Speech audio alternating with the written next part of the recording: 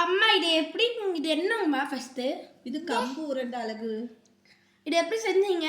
இதுக்கு கம்பரிசி நல்லா வறுத்துக்கணும். 1/2 கிலோ கம்பரிசி, அதுக்கு 1/4 கிலோ பொட்டுக்கடலை, 1/4 கிலோ நெடக்கடலை தனித்தனியாக வறுத்துக்கணும். வறுத்து நெடக்கல்லையை தோல் நீக்கிட்டு 100 கிராம் எள்ளு இதெல்லாம் வறுத்து, ஏலக்காய், கம்பு, நிலக்கடலை, எள்ளு, பொட்டுக்கடலை இது எல்லாத்தையும் அரைச்சிக்கணும். நல்லா நெய்ஸாக அரைச்சி எடுத்து வச்சுட்டு வெள்ளைப்பாகு ஒரு கம்பி பதத்துக்கு காய்ச்சி அதையும் உள்ளே ஊற்றி நல்லா பிணைஞ்சு உருண்டையாக நெய் கொஞ்சம் ஊற்றி பிணைஞ்சோம்னா இந்த மாதிரி கம்பு உருண்டை நம்மளுக்கு கிடைக்கும். ஓகேங்கம்மா, டேஸ்ட் பண்ணி பார்க்குறேன்.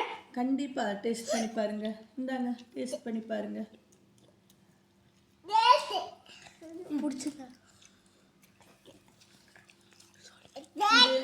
பிடிச்சிருந்தா எங்கள் சேனலை லைக் பண்ணுங்கள், சப்ஸ்கிரைப் பண்ணுங்கள், பெல் பட்டனை அழுத்திக்கங்க.